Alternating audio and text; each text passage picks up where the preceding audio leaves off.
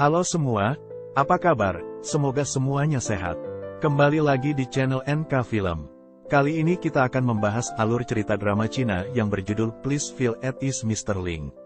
Drama Mandarin yang berjumlah 24 episode ini mengisahkan tentang seorang wanita pengantar barang yang secara tak sengaja bertemu seorang CEO perusahaan besar yang mengalami kecelakaan.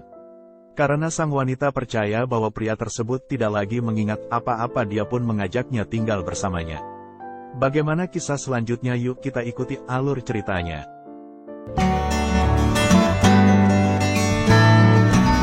Di awal film kita akan diperlihatkan dengan seorang wanita cantik yang berprofesi sebagai seorang kurir paket yang bernama Ansin. Ia terlihat membawa bungkusan paket dengan motor kesayangannya sambil bernyanyi-nyanyi santai di jalan. Tak lama kemudian tiba-tiba ia disalip oleh mobil hitam yang melaju dengan kecepatan tinggi. Tentu saja hal itu membuat Ansin kaget sekaligus kesal.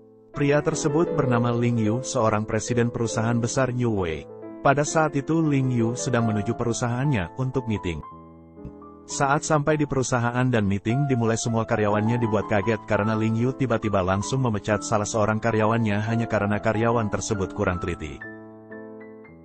Sementara itu Ansin pun tiba untuk mengantarkan kiriman paket berupa bunga di perusahaan tersebut, yang ternyata kiriman bunga tersebut untuk Ling Yu. Saat berada di lift secara tak sengaja Ansin pun bertemu dengan Ling Yu. Di dalam lift mereka terlihat saling cuek dan bersikap biasa saja. Pada saat itu Ling Yu melihat insiden lift yang terjatuh pada monitor yang ada di dalam lift, dan ia pun membayangkan jika insiden itu terjadi pada dirinya. Setelah mereka keluar dari lift, Ansin pun kembali ke Yuda Express, tempat di mana ia bekerja. Sementara itu Ling Yu pergi ke makam ibunya. Dalam perjalanan menuju pemakaman, Ling Yu melihat ada mobil yang sedang mengikutinya. Dua penguntit yang ada di mobil tersebut merupakan orang suruhan Ling Feng yang merupakan kakak pertama dari Ling Yu. Dua orang penguntit itu melaporkan kepada Ling Feng bahwa mereka kehilangan Ling Yu. Di perjalanan rem mobil Ling Yu tiba-tiba tidak berfungsi sehingga dia kehilangan kendali dan akhirnya mobilnya tercebur masuk ke laut.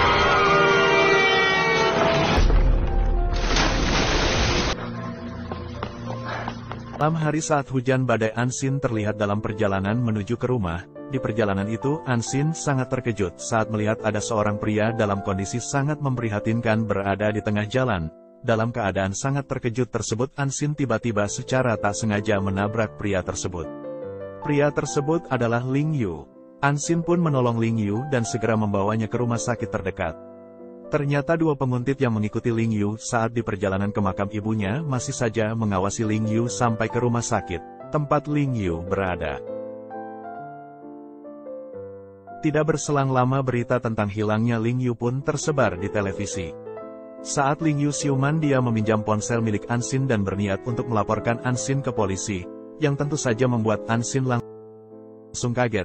Ditambah lagi Ling Yu ternyata mengalami lupa ingatan dan tidak mengenali dirinya lagi. Untuk menghemat biaya medis, Ansin tidak membiarkan Ling Yu untuk dirawat inap.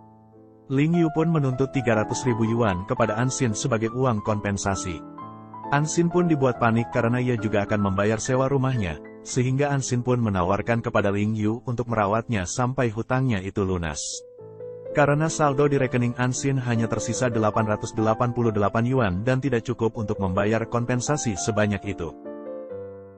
Pada akhirnya Ling Yu pun menyetujui tawaran dari Ansin, tetapi dengan perjanjian yang tertulis di surat hutang. Dan mereka pun pulang ke rumah Ansin. Dalam perjalanan pulang, Ansin memanggil Ling Yu dengan panggilan Sioba karena Ling Yu tidak mengingat lagi siapa dirinya.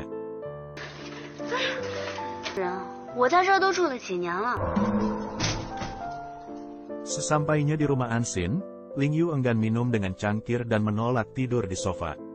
Ansin pun mengajak Ling Yu untuk melihat kamarnya, dan di kamar Ansin tersebut terdapat banyak sekali koleksi mainan. Tanpa disengaja Ling Yu melihat foto Ansin ketika masih kecil bersama ibunya. Ansin memberikan beberapa syarat kepada Ling Yu jika ingin tidur di kamarnya. Dan Ling Yu memutuskan untuk tidur di sofa saja. Tetapi Ling Yu tidak ingin tidur di bawah kipas angin karena Ling Yu kembali teringat insiden yang bisa saja menimpanya. Ansin pun langsung merubah posisi sofa itu agar Ling Yu bisa tidur dengan nyaman. Kemudian Ansin pun masuk ke dalam kamarnya. Di dalam kamarnya Ansin terlihat sedih dan kecewa karena komiknya yang berjudul Serigala Jahat dan Domba Kecil hanya sedikit yang membaca. Keesokan harinya ketika Ling Yu bangun dari tidurnya, ia melihat Ansin yang sudah pergi bekerja dan semua fasilitas untuknya sudah diberi label harga.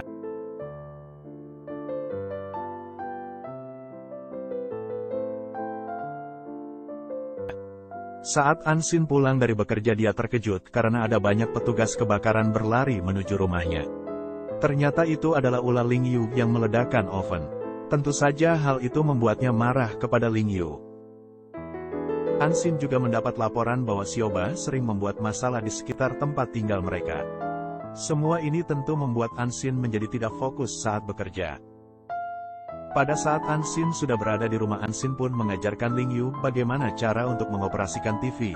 Setelah itu Ling Yu pun beranjak pergi untuk mandi. Saat Ling Yu berada di kamar mandi, ia berteriak dengan cukup keras yang membuat Ansin kaget dan langsung berlari menghampiri Ling Yu. Ternyata teriakannya itu hanya karena hal sepele, yaitu karena ia melihat seekor kecoa. Ansin pun seketika tertawa dan semakin sengaja menakut-nakuti Ling Yu. Ansin pun kembali masuk ke kamar mandi karena merasa puas telah menakut-nakuti Ling Yu di kamar mandi itu.